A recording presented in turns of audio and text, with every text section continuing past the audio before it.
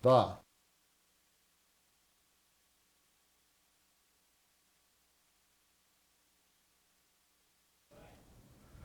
Olá, estamos de volta, esperando um 2020 muito bacana. A expectativa é a melhor possível do mercado todo imobiliário, né?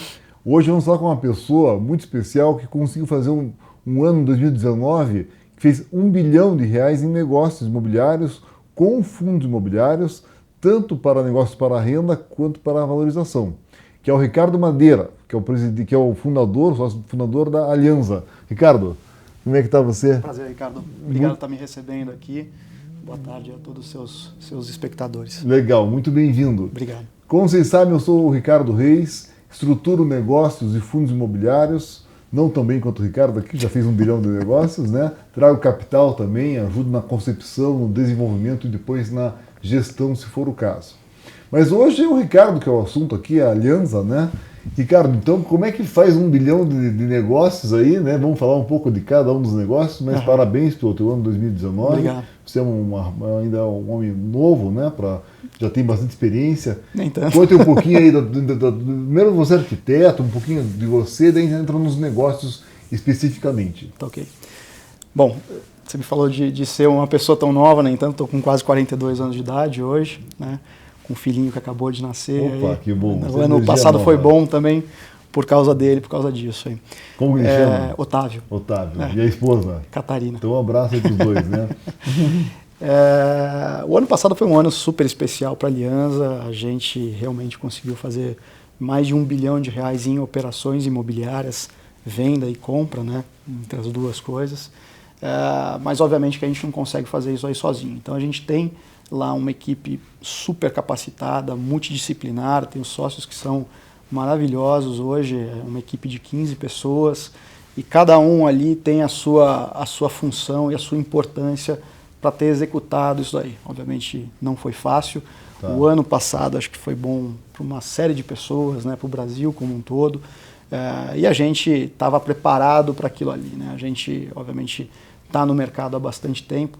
Antes de dar certo, deu errado algumas vezes, claro, né? Ninguém aprende, A gente teve que batalhar bastante para chegar na posição que a gente está hoje, mas obviamente foi um ano sensacional para a gente aí por N razões. Vamos falar das estratégias, né? Que acho que a estratégia é o dos pontos principais para você poder chegar onde você chegou. Mas conta um pouquinho da tua trajetória. Você é arquiteto, né, da FAAP. Isso. E daí você foi mexendo em negócios, foi para a FGV e tal. Isso. Como é que é a tua... Eu me formei em 2001, tá? Acabei indo morar fora, acabei indo morar em Barcelona. Lá acabei começando a fazer algumas pós-graduações. Fiz uma pós-graduação em urbanismo lá em Barcelona.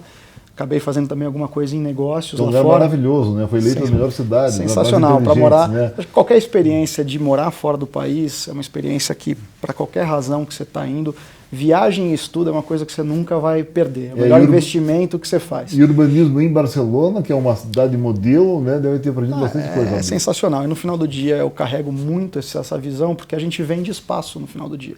A gente aluga espaço. Sim. Na cidade. E aí, quanto mais espaço eu conseguir gerar, melhor eu vou remunerar meu investidor.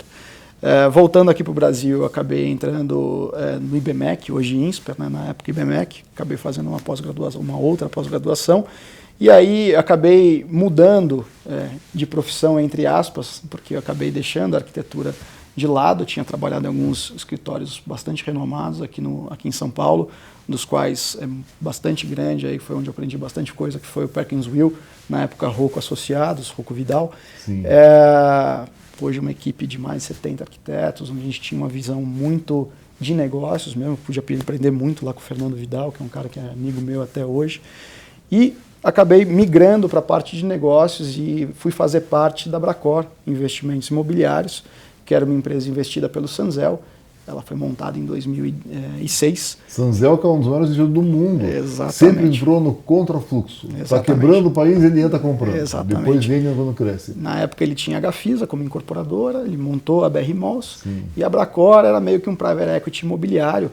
E era uma equipe pequena. Quando eu entrei lá, acho que foi a 10ª pessoa a entrar lá, saí de lá, tinham quase 60 colaboradores. A empresa, no ano, fez um portfólio gigantesco. acabou depois sendo vendida o portfólio para a Prosperitas na época, e hoje a mesma equipe, onde eu tenho diversos amigos, é a Bresco hoje, né, que acabou de montar um fundo de logística. Bracor era mais para logística, então. Bracor era muito focado em build-to-suit e leasebacks na época. Entendi. Isso daí, aí em 2008 eu acabei entrando na São Carlos, como gerente de negócios. As maiores empresas do Brasil também, aberta, capital aberto, faz muito residencial aqui na região metropolitana. Não, você está confundindo com a São José. A São Carlos é do Jorge Paulo Leman e do Beto Scupira. Ela nasceu de capital aberto. Tá. Ela é um spin-off das Lojas Americanas. Tá? Trouxe o Beto Scupira na época que estava como presidente deles, trouxe o modelo de REITs lá de fora, e ela nasceu como uma empresa listada em 89, pouca gente sabe disso, mas só em 99 que ela começou a mudar um pouco o portfólio dela. Era basicamente imóveis da Lojas Americanas, e hoje acho que Lojas Americanas... Então também era para renda, era retail. Também. Tinha bastante de Lojas Americanas, CD e lojas, e hoje em dia o perfil da empresa é completamente diferente. Tá. Fiquei lá em 2008 foi a crise de Lehman Brothers, enfim, a empresa quase foi vendida, e eu acabei me juntando a algumas outras pessoas na TRX, que era um startup no começo. A logística daí. Voltando a TRX Realty, no começo era muito parecida com o que era o plano de negócios da Bracor. Tá? Inclusive, eu fui um dos primeiros executivos a estar lá dentro.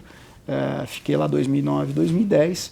E aí, no começo de 2011, acabei montando a Alianza, junto com algumas outras pessoas que não estão lá mais junto comigo hoje. Hoje eu tenho outros sócios. Tá. Mas em 2011 a gente entendeu que cabia montar um outro negócio que também atuasse nesses build-to-suits que eu estava te comentando, que a gente tinha uma estratégia de negócios radiais, de negócios satélites. Isso é legal, Ricardo, porque a ideia nossa aqui, né, levar informação para o público de como ganhar dinheiro, né? E você fazendo assim, 1 bilhão em negócios, né, é uma pessoa que pode realmente ajudar todos nós aí a vermos as estratégias que deram certo. Então, primeiro, tem uma formação muito sólida, né? Quando você falou do teu estudo no INSPER, hoje voltou a ter IBMEC e INSPER aqui em São Paulo. Sim, são ótimas escolas, ambas. Como coordenador, o MBA em Real Estate no IBMEC. Presencial começa agora dia 7 de fevereiro. No finalzinho eu conto um pouco mais sobre isso, mas foi bem lembrado. Mas tem uma formação sólida, né, de estudo, uma formação sólida em grandes empresas, né, que passou por crescimentos, enxugamentos, visão estrangeira, como foi do Sanzel. Isso tudo colocado, você abriu a aliança com alguns sócios e gostei da tua estratégia inicial.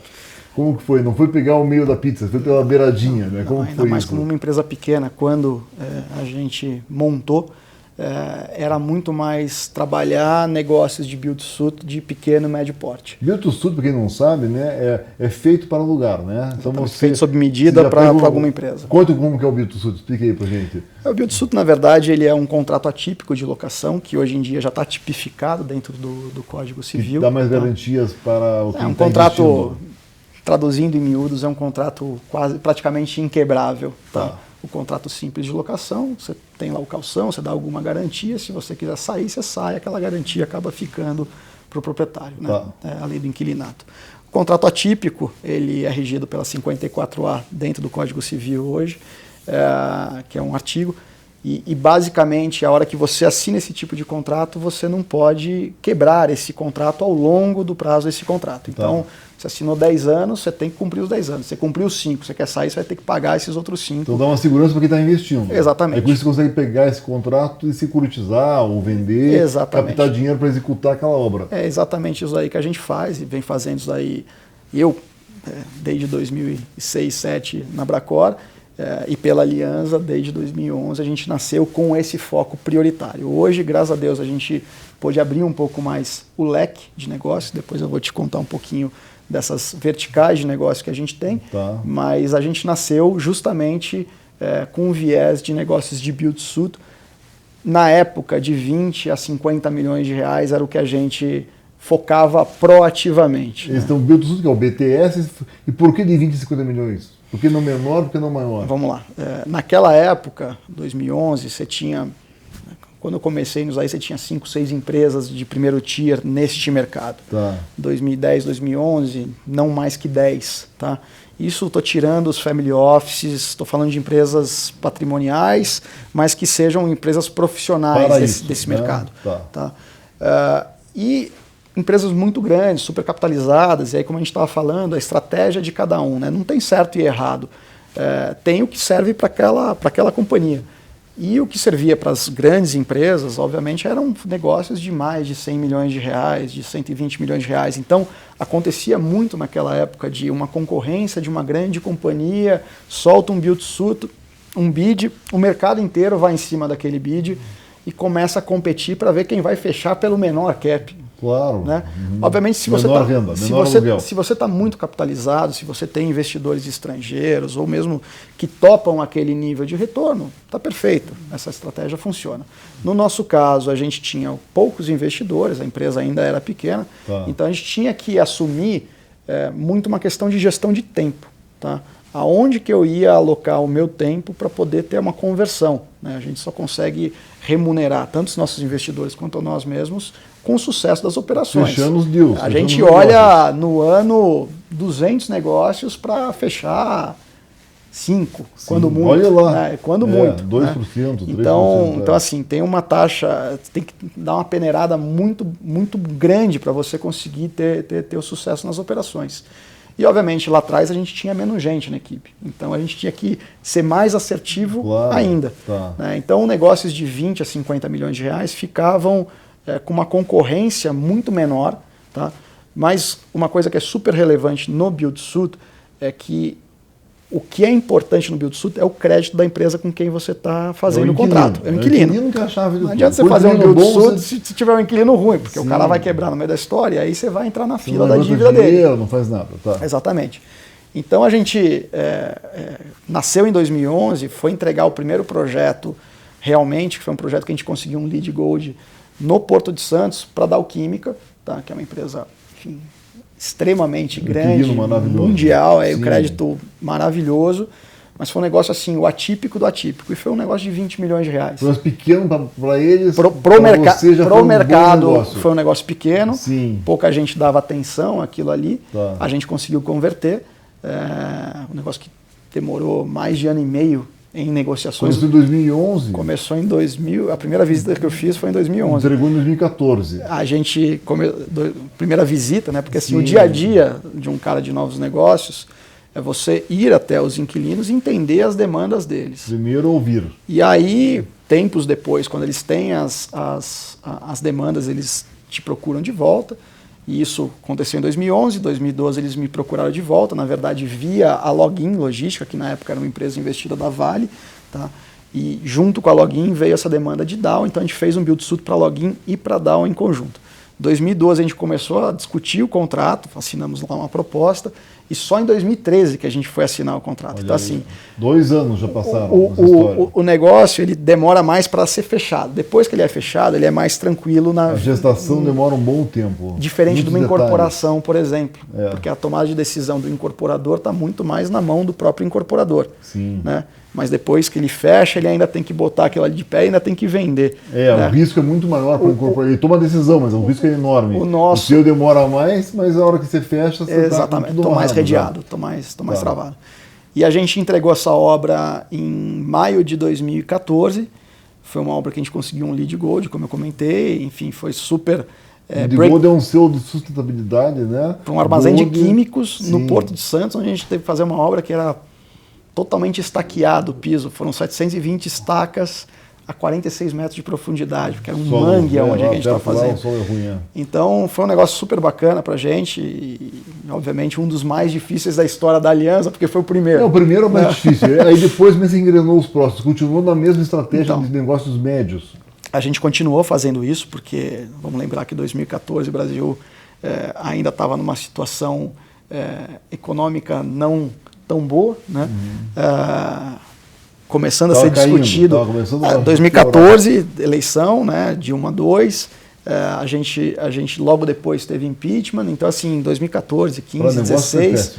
Mas a gente tinha naquela época cap rates que hoje em dia você não consegue nem imaginar. Cap rates, o que é? Cap rates, taxas de retorno. Taxa de retorno, né? tá. Yields das operações. Aluguel, taxa de aluguel.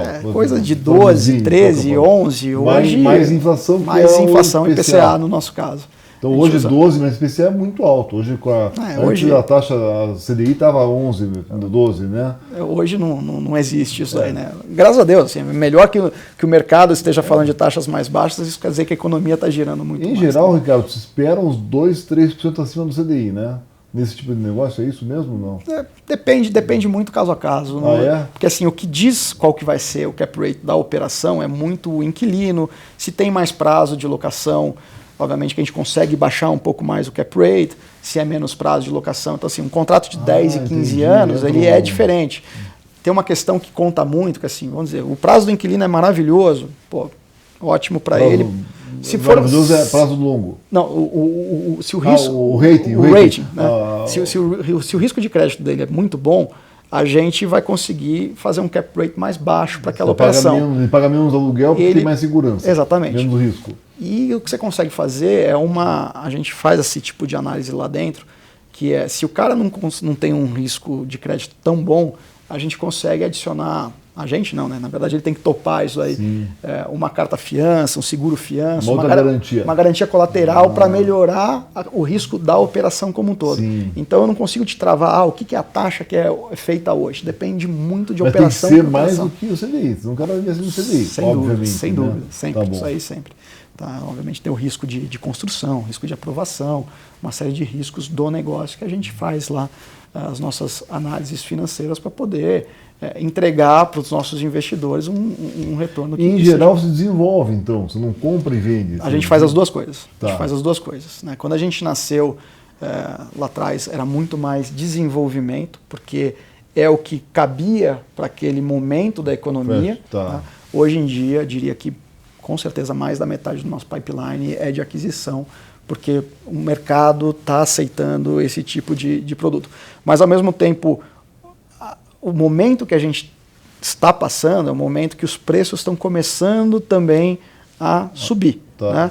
Então, a gente, em algum momento, e já está fazendo isso dentro da companhia, começar a desenvolver de novo alguns outros projetos. Para aumentar a tua margem. Exatamente. A gente tem que ter um pouco das duas coisas. A gente tem expertise para fazer as duas coisas. E onde é que entra o fundo, onde é que o capital para essas operações entrou como? Você securitizou o aluguel do primeiro, entrou um fundo de private equity, um fundo imobiliário? De onde que veio o capital para poder construir os teus desenvolvimentos? Tempos completamente diferentes e, obviamente, recursos também de fontes diversas. Aí. O primeiro negócio foi uma securitização. Tá? A partir do segundo, a gente já se tornou, na verdade, um fundo imobiliário. O primeiro fundo imobiliário que a gente monta ele é do finalzinho de 2014, onde nós atuávamos como consultor imobiliário deste fundo. A gente fez algumas operações, a gente usava alavancagem, a gente usou a alavancagem para securitizar e melhorar o fluxo. Então, vou usar alguns exemplos aqui, né, como a gente estava falando. Tá. Você pega um negócio de 60 milhões de reais, você não precisa desembolsar os 60 milhões de reais de equity daquilo ali. Para construir aquele empreendimento. A gente tinha bons contratos de locação, a gente securitizou esses contratos, então, durante a vida útil daquele contrato, aquele recebível não caía na nossa conta, tá? A gente tinha vendido para um CRI, pode ser XP, RB, enfim, N parceiros que a gente tem que acabam comprando o próprio mercado. Aquele fluxo futuro para Exatamente. Para captar dinheiro. E aí a gente usa uma métrica de capital comprometido, enfim, a gente coloca menos capital no negócio, menos equity no negócio e acrescenta com dívida. Essa é a cartilha de qualquer build-suit.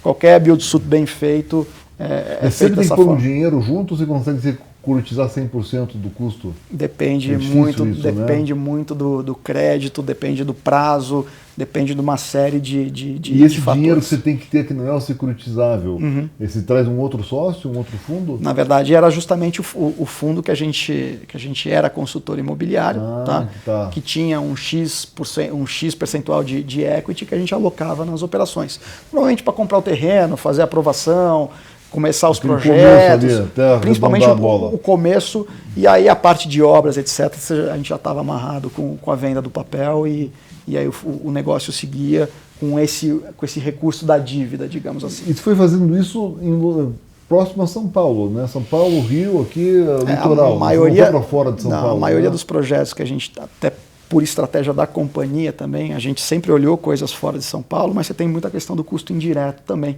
Né? Então, assertividade do negócio, fazer um negócio muito longe, ir e vir. Não deu certo. Não é que a gente não olhava. Né? Não deu certo. Não é que a gente não olhava, a gente olhou bastante coisa fora de São Paulo, mas por N razões a gente acabou fazendo projetos em Rio e São Paulo. E isso foi de 2014, 15, 16, anos que foram anos razoáveis para a companhia, onde a gente foi crescendo, até fazendo um branding da própria companhia.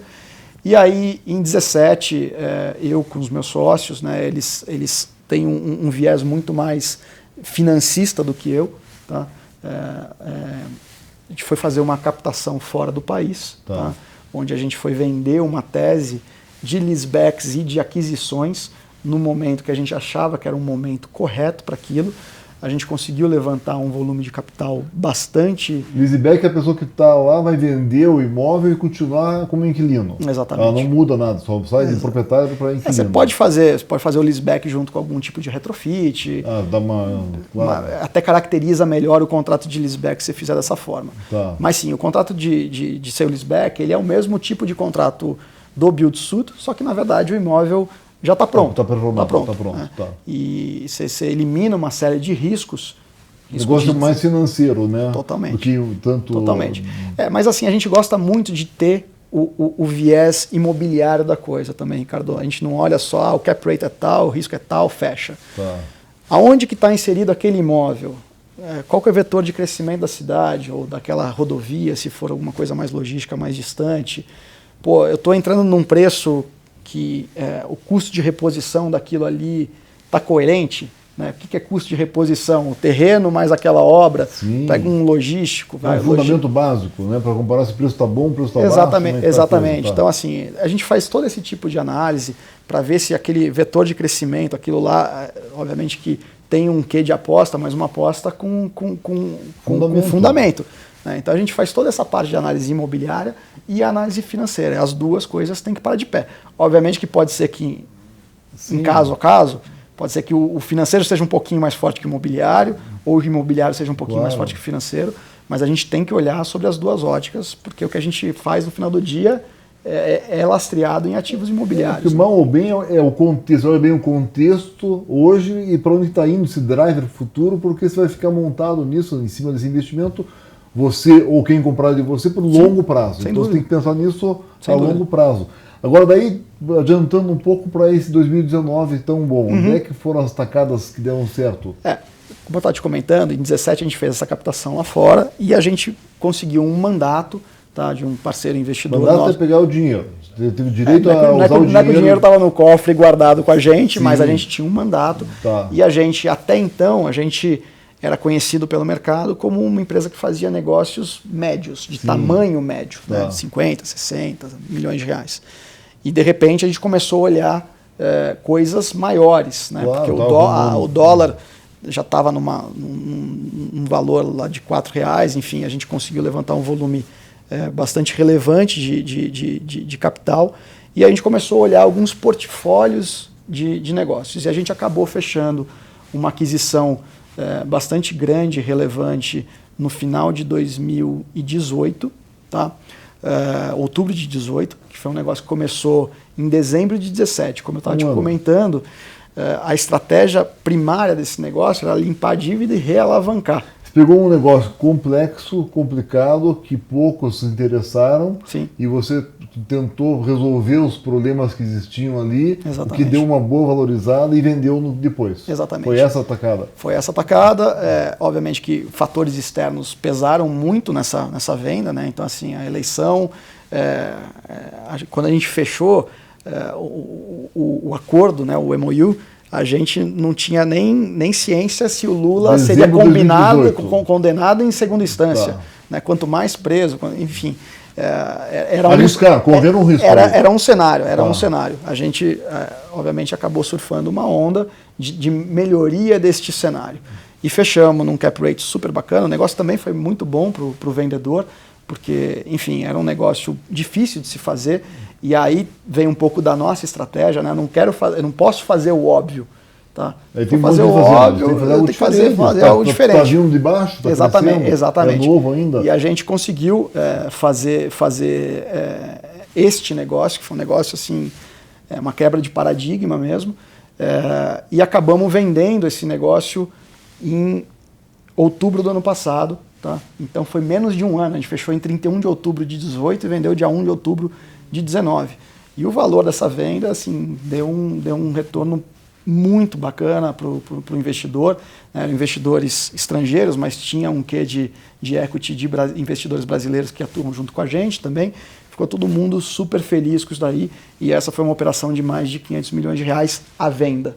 Tá? Pô, nossos parabéns, você comprou por 400 e pouco, vendeu por 500 e pouco. Não posso falar por quanto que eu comprei. Mas fez um ótimo negócio. Mas, no resumo, você é um homem de negócios imobiliários, né? Sempre fez negócio de novos negócios, né? Novos negócios para quem não é da indústria, é quem está buscando os negócios para poder depois desenvolvê-los ou vender e comprar.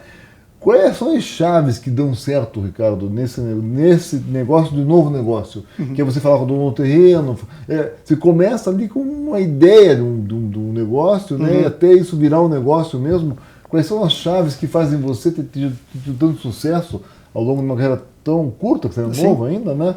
Em comparação a outros que não dão? Onde é que está ali a pegada? Você consegue dar uma sintetizada? Não é uma coisa, não é um fator, né? É uma conjuntura de fatores, e obviamente tem a questão de risco, né? Eu tomei um risco de montar um negócio, de empreender, né? Tá. E como eu falei, assim, durante esse tempo, deu errado uma série de vezes para dar certo algumas poucas vezes. Né? Então, assim, resiliência é uma coisa que é extremamente importante para qualquer tomador de risco. Tá. Não vai ser na primeira que você vai acertar, são poucos que conseguem fazer isso, vai dar errado uma série de vezes e você tem que acreditar naquilo ali que você está fazendo. E a gente, graças a Deus, tem um time, como eu falei no começo da nossa conversa, tem um time muito bom, um time coeso, cada qual ali tem sua posição, e isso daí faz com que a gente acredite que, pô, não deu certo nesse, vai dar certo na próxima, e aconteceu isso aí diversas vezes. Outra questão, como eu te falei, é o uso do tempo. Né? Isso que eu ia perguntar. Como é que você tem tantos negócios, né? Você de 100 negócios fecha 3. Como é que você filtra? Essa é difícil, porque assim, você tem que saber o que você não faz. Isso é uma boa. Eu dizer isso. Para chegar onde você quer, veja o que você não quer, né? Já tira da frente uma série de coisas. Por mais que você fala, puta, mas é o teu primo, longe, é o teu amigo que trouxe o negócio. Cara, não faço esse tipo de coisa, não faz parte da minha estratégia. É ter o foco mesmo. E a gente sempre foi muito focado, sempre teve uma estratégia muito clara do que a gente queria fazer em tempos diferentes, né? Então, assim, foi mudando ao longo do tempo, estamos mudando ao longo do tempo. A gente cresceu bastante o ano passado. O ano passado a gente trouxe mais gente para a equipe e a gente abriu outras células de negócio, né? Então, hoje a gente tem lá mais de 15 pessoas. O ano passado teve um novo sócio que entrou dentro da companhia, que é o Rogério Cardoso, que foi diretor do Pátria, presidente da Prologis por algum tempo. Que é uma das maiores empresas de logística do mundo. Exatamente. O Pátria é um dos maiores bancos de investimento também. Os caras têm um baita histórico em real estate, pessoas maravilhosas lá também. E a gente trouxe o Rogério para basicamente ser meu par. Então, assim, eu toco a parte de projetos estruturados, que são os build-to-suits, os leasebacks, e ele está tocando a área de projetos que não tem os contratos atípicos, contratos simples de locação, né? Que no mercado se usa uma palavra que não é tão correta, que é especulativo, porque você vai buscar corre mais risco, né? A locação depois. Sim. Mas também no ano passado, junto com outros investidores estrangeiros, a gente acabou comprando 12 torres, tá? Em Rio e São Paulo, da BR Properties, numa operação de mais de 600 milhões de reais. Então, por isso, do 1 bilhão de reais que eu te comentei. Hoje a gente tem mais de 1 bi sob gestão, porque a gente, além de ter esse fundo fechado com prédios corporativos, são 5 em São Paulo, 5 no Rio de Janeiro, 7 em São Paulo, a gente tem um fundo listado na Bolsa, que é o ALZR, que hoje tem mais de 30 mil investidores, um fundo que a gente abriu lá em 2017, começou a operar ele no comecinho de 18, e hoje ele tem 7 imóveis, e esse é onde eu coloco mais o meu tempo hoje em dia. Que é para renda esse? Esse é para renda, é um fundo de tijolo. Quanto está rendendo hoje? Por cota, mais ou menos, uns 50 e poucos centavos, vai aumentar esse mês. Mas em porcentagem, sim. É difícil de falar isso daí, porque assim, antes da gente fazer a segunda emissão, ele estava entregando 8,2 para o cotista. A gente fez essa segunda emissão, a cota a 95. Nesse final de ano, todos os fundos aí deram uma subida bastante grande. Cai o rendimento. Exatamente. Então, assim, isso aí depende muito do patamar que a pessoa entra. Mas, enfim, se os espectadores tiverem qualquer dúvida, a gente tem dentro do nosso site uma página de RI que é sensacional. E ali conta qualquer história de todos os imóveis e os rendimentos. Isso aí vai mudando dia a dia, né? Com a cota diferente. Sim. A gente fez uma primeira emissão em dezembro de 17. O fundo começou a ser tradeado na Bolsa em janeiro de 18. E em maio do ano passado a gente terminou a segunda emissão, que a gente captou mais 170 milhões de reais. Desses 170 milhões de reais, a gente já usou por volta de 130 milhões de reais. Tem mais 40 para investir. Tem mais uns 40, alguma coisinha. Então, quando o fundo nasceu, a gente comprou dois imóveis. Um no Rio e outro em São Paulo. Ambos com contratos atípicos de locação. Legal. Este fundo ele só entra contrato atípico de locação. Sim, esse é o foco dele. Regulamentamente, né, o regulamento diz que eu tenho que ter 5 anos ou mais de contrato atípico. Então ele é literalmente um reloginho. Sim. Quando entrou a nova emissão, o caixa ele não é alocado imediatamente. Sim. Então o rendimento acaba caindo. Ricardo, tá de parabéns. Quero 2 coisinhas. Tá otimista ou pessimista para esse futuro aí? Super otimista. A gente terminou o ano passado super bem. Então, esse final de semana estava trabalhando para fazer as metas desse ano. Está acreditando no Brasil aí, sem dúvida. Esse ano e o próximo? Tem que continuar do jeito que está. Tá ótimo. E deixar um recado final para o público aí, uma coisa que você acha importante? Eu acho que assim, o que a gente trabalha muito dentro da companhia, tá, essa questão de equipe multidisciplinar e uma questão muito grande de transparência também. Né? A gente, enfim, desde dos primórdios da companhia, a gente fala muito a respeito disso e a gente acredita nisso daí no dia a dia. O mundo como ele está, as informações correndo tão rápido pela internet, mídias sociais, você tem que andar na linha o tempo todo, né? E a gente realmente exercita isso daí todo dia, sejam com os parceiros, sejam com os terceiros, sejam com os fornecedores, sejam com os investidores, sejam com os inquilinos. No final do dia, quem são os meus 2 principais clientes? Os meus inquilinos e os meus investidores. É para eles que eu estou trabalhando todo dia para entregar o melhor trabalho possível.